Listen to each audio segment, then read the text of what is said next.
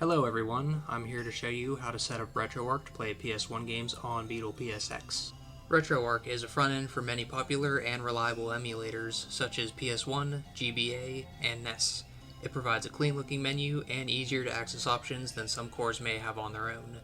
The interface may look overwhelming at first, but it's easy to use and you can get used to it pretty quickly. I suggest you look around for a bit and see what tools and options they have to use. For this video, I'm going to stick to clear instructions for Beetle PSX. Before I used Retroarch for Beetle PSX, I used either ePSXe or PCSXR, and I will probably never go back to either of those since Beetle PSX is much better in my opinion. It looks better, it's easier to use, and it has more features.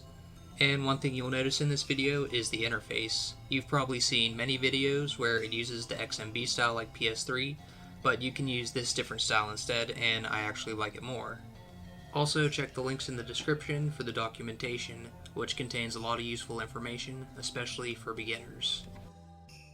The first thing we're going to do is go on Retroarch's website and then to the Downloads tab, and we're going to download the nightly version.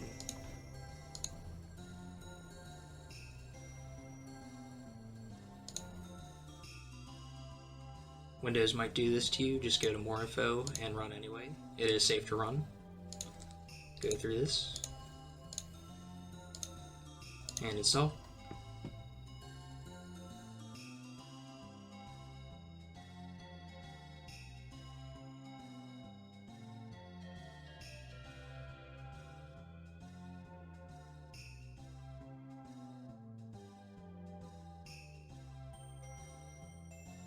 And finish.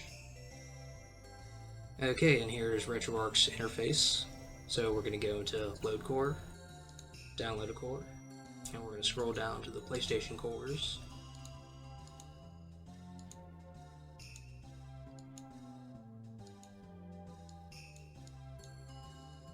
Alright, and here's Beetle PSX and Beetle PSX HW, which is the hardware core that has many more options included, especially upscaling, so we're going to download that one, and it's finished.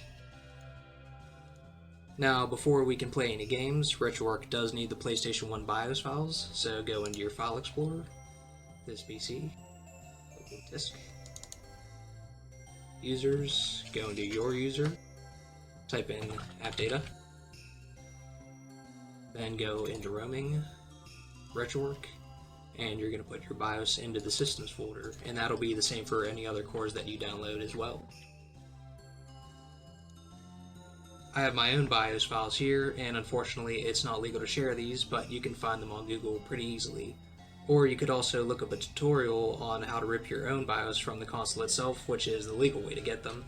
So we're going to transfer those.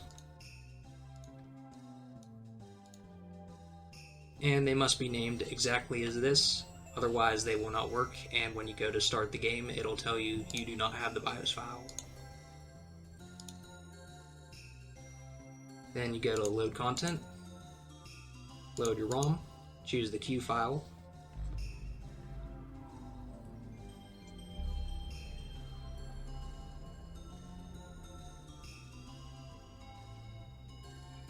and there you go.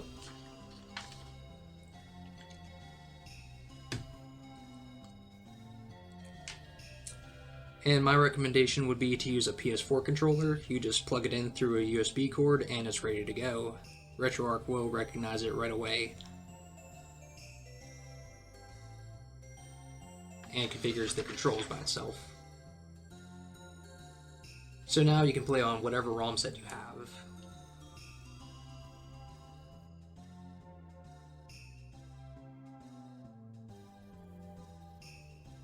Next, I'm going to show you some of the upscaling options, so we're going to skip through all this and start a new game.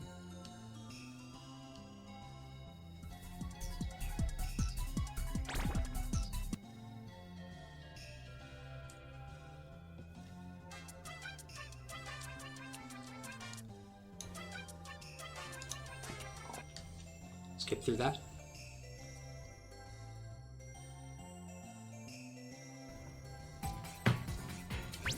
Spike.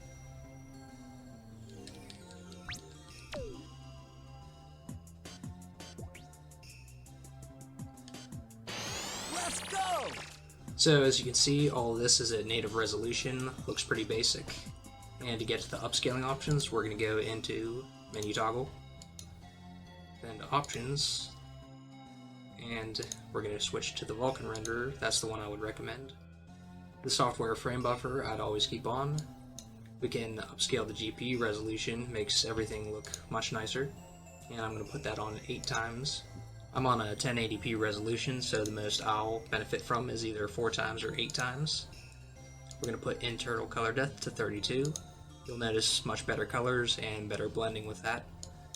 Dithering pattern, either 1 times. Actually, I'm going to turn that off. Texture filtering, you have several different textures. You can look through them, try them out. Bilinear and 3-point are blurring textures, and then my favorite is XBR. PGXP, that prevents wobbling from the upscaling, so I'd put that on memory. Vertex cache, I'd keep that off. That can cause some graphical glitches, even though it can save some performance. Perspective correct texturing, I'd turn on. It aligns all the textures much better. GT overclock I'd put on. Skip BIOS, I like to skip the BIOS. You can keep that on or off, whichever you prefer. Core aspect ratio, most games need to be corrected, but for this one I'm going to put uncorrected. That'll give us a slightly wider border. Widescreen mode, a lot of games this can cause graphical glitches because normally you're not supposed to see outside of the normal resolution. You can turn that on or off, experiment with that if you want to. And then CD access method, I'm going to put on pre-cache because sometimes it'll tell you have a slow disk image and that'll just prevent that message from popping up. And we're going to go back. And you can see this is looking much better than before. The last thing that I'm going to show you is save states, so we're going to go into command. I would not recommend using save state from here because it will always use state index -1, but you can still load state from here just fine. So we're going to go into menu toggle. You can also bring up this menu with the F1 key, and we're going to save state here. Then let's go do something. Catch him. Then we're going to load state, and it will bring us back to here. You should be careful when using save states and saving in game, because if you make a save state, then save in game, when you load the save state, you will lose the in-game save that you made. Thank you for watching. If you have a suggestion, feel free to post in the comments, and please subscribe.